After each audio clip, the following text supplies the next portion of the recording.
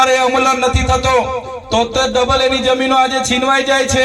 કોઈ પણ પ્રોજેક્ટ આવે છે ત્યારે ગ્રામ સભાની પરવાનગી લેવામાં નથી આવતી, કોઈ વ્યક્તિની જમીન જાય છે એની પરવાનગી લેવામાં નથી આવતી, પબ્લિકની જાહેર હિયરિંગ કરવામાં નથી આવતું અને બારોબાર જમીનો સંપાદન થાય છે।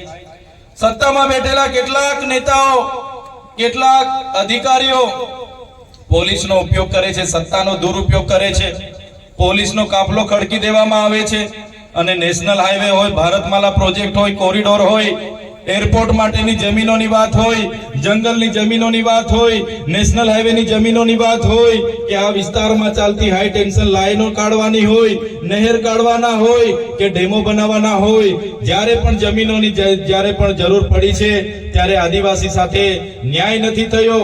આદિવાસી સમાજ પરથી એ જમીન સત્તાનો દુરુપયોગ કરીને ખોચવી લેવામાં આવી છે।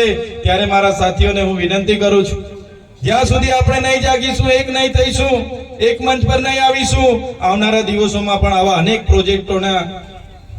પ્રોજેક્ટોના આવતા આપણી જમીનો જે કંઈ બચી કૂચી છે પણ જતી રહેવાની છે। આજે ઉદ્યોગ જગતની નજર આપણી જળ, જંગલ અને જમીનો પર છે। તમે જોયું હશે, આજે છત્તીસગઢ હોય, આસામ હોય, ઝારખંડ હોય, કોઈ પણ જગ્યાએ જે નક્સલવાદની પ્રવૃત્તિઓ થાય છે એમાં તમામ આદિવાસી આગેવાનો હોય છે। કોઈને શોખ નથી થતો હાથમાં હથિયાર લેવાની, કોઈને પોતાના પરિવાર ગામથી દૂર થવાની ઈચ્છા નથી રહેતી, કોઈને જંગલમાં ભટકવાની ઈચ્છા નથી રહેતી, પણ પોતાના પૂર્વજોએ આપેલા જળ, જંગલ, જમીનના અધિકારો બચાવવા માટે, પોતાના સામાજિક અધિકારો બચાવવા માટે, સંવિધાનિક અધિકારો બચાવવા માટે આપણા લોકો, તમામ દેશના લોકો લડી રહ્યા છે।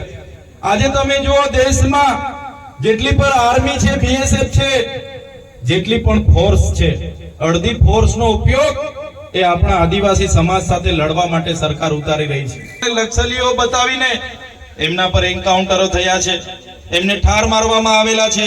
એમનો ઇતિહાસ જોશો, એમના દાદા પરદાદાઓ, ત્યાંના જ્યાં પૂર્વજો એ ત્યાંના મૂળ માલિકો હતા, એમના જમીનોના રક્ષણ માટે, જ્યારે અદાણી અંબાણીના પ્રોજેક્ટોને રોકવા માટે એ લોકો સરકાર સામે અવાજ ઉઠાવે, ઉદ્યોગપતિઓ સામે અવાજ ઉઠાવે, કોર્પોરેટરો સામે અવાજ ઉઠાવે, ત્યારે એમની સામે નક્સલીઓનો સિમ્બોલ લગાડે, એમની સાથે આ અત્યાચારો થાય છે।